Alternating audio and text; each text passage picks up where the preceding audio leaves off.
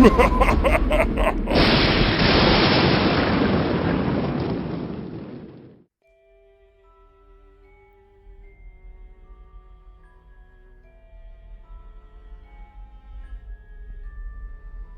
were too many doors in the upstairs hall.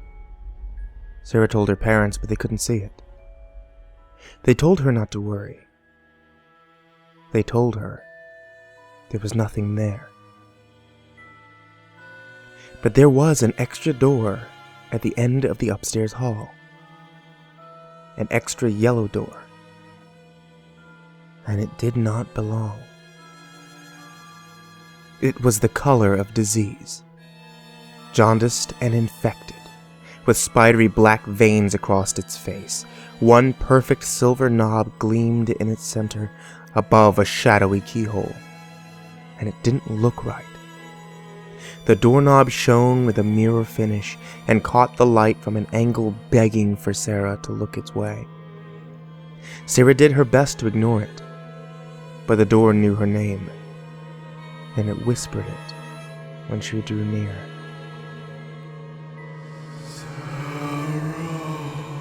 The door would rasp with a voice like dried leaves, as tiny claws scraped against the other side. Tears would well in Sarah's eyes as she'd hurried past, her arms laden with everything she'd need to get ready for the day. Sarah! It would call again before she'd shuffled out of the range and closed the bathroom door, cutting off its paper-thin walls. When she'd creep from the bathroom to head downstairs, the door's voice would follow her with a furious flurry of scraping claws and tormented howls. They lingered and gnawed in the back of her mind as she'd rush through breakfast so she could leave the house a few minutes sooner. School became a blessing, an excuse to be someone somewhere else. At school, she could forget the door. At school, she could pretend her house was like everyone else's, with the right number of doors and no eerie whispers, but at the end of the day, it was still waiting for her at the end of the upstairs hall, with its mirror-ball doorknob and yellow face. She hated coming home and knowing it was there, but even more than that, she hated going to sleep, because in her dreams, she opened the door. Every night, she stood before it, fighting the urge to cry out. Dread knotted in her belly in anticipation of pain. When her hand rose anyway to grasp the silver knob, some nights it burned her like the driest ice, other nights it seared like a red-hot coal. Very occasionally, it did neither. Instead, turning and turning without ever opening the door. And she couldn't stop turning it until she woke up. When the door did open, it revealed a swirling vortex of shadow and sound, with 1,000 voices crying in the darkness. The voices curled around her, crawled through her hair like spiders. She thrashed and swatted at their skittering whispers, but the words still tingled across her skin. She never should have listened. He sees, he hears, he hungers. They wept and burrowed into her mind like worms. The Hollow Man. The Hollow Man. They echoed in her mind and screamed to her from the gaping vortex. The Hollow Man. The Hollow Man. The Hollow Man. He hunts. The Hollow Man. He hunts. Sarah shot up with a scream that night, gasping and sweating, but alone. In her bed. The clock's crimson face said midnight and passed, but not by much. Darkness enveloped her room except for a vestigial nightlight. illuminated the corner by her desk. It wasn't much, but she felt better when she saw it. She pulled the bed sheets over her head and pushed away the echoing voices. "I'm fine," she swore, hugging her knees and rocking. "It's just a dream. They're always dreams. The dreams will go away, like they always do." She started humming a song her mother used to sing when Sarah was smaller. Small enough to need the nightlight, and the panic faded, little by little, with every note. "Just a dream," she repeated. "Just a dream. Just a dream." Sarah. Someone whispered from the hall. Sarah froze. Sarah? Are you Sarah? Who are you? My name is Lizzie. Are you Sarah? Sarah didn't move. She was terrified of leaving the safety of her cocoon. As the moments ticked past, however, an anxious curiosity emboldened her enough to peek out from the covers. What if it was another girl, she thought. She sounded just as scared as Sarah felt. Sarah crawled from her bed, clutching the sweat-damp nightshirt that she'd worn to sleep, and waited. When nothing happened, she stood up and tiptoed towards her bedroom door. Toward the waiting, yellow door, with the mirror ball knob on the wall at the end of the upstairs hall.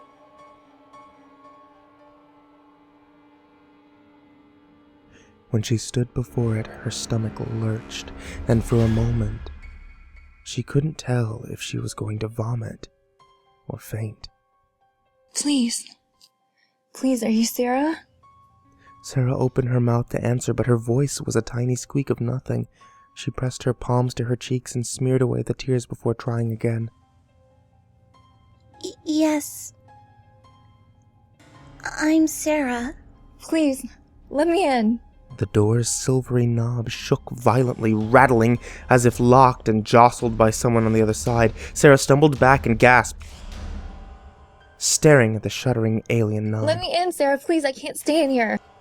Please help me. Please let me in. Sarah dropped to her knees when her legs gave out, and she screamed when she looked at the door, level with the shadowy keyhole below the rattling knob. She stared directly into a very human eye. Tears shimmered in the other eye as they shimmered in Sarah's. It darted around, wide and white with fear, as if searching through the hall, and then without warning, the keyhole became a shadow, and the silver knob stilled, and the girl on the other side of the door began to cry. Please, Sarah. He's almost here. The Hollow Man? Sarah whispered as a chill slithered up her spine. Lizzie sobbed quietly.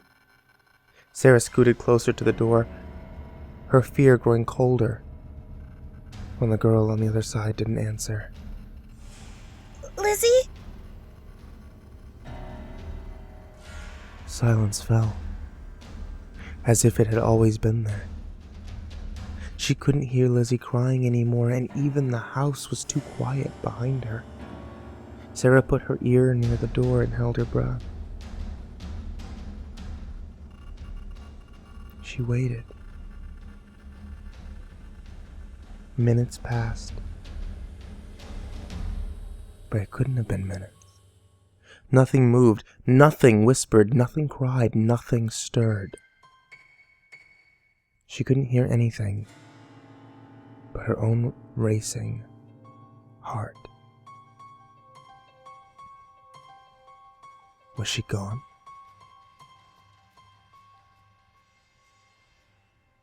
Lizzie? He's here.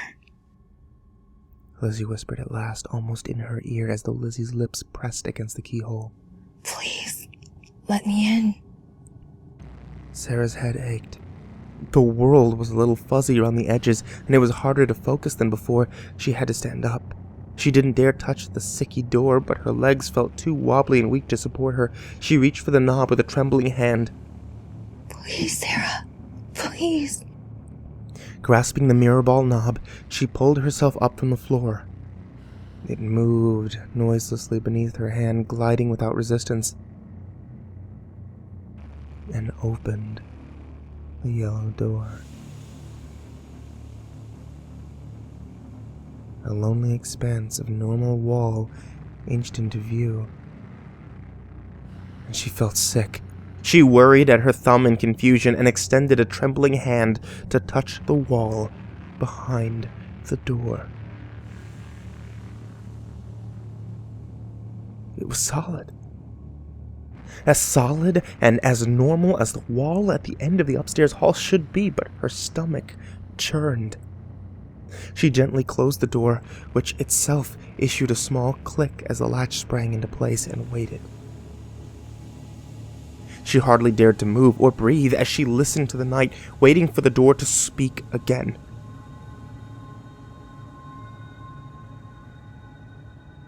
Hours passed in oppressive silence. Even though it couldn't have been hours and the door had nothing to say, Sarah grew sleepy. Too sleepy to keep standing. Too sleepy to remember why she was standing so still at the end of the upstairs hall. It was time to go to bed. It's just a dream, she remembered, turning away and rubbing her eyes. They're always dreams.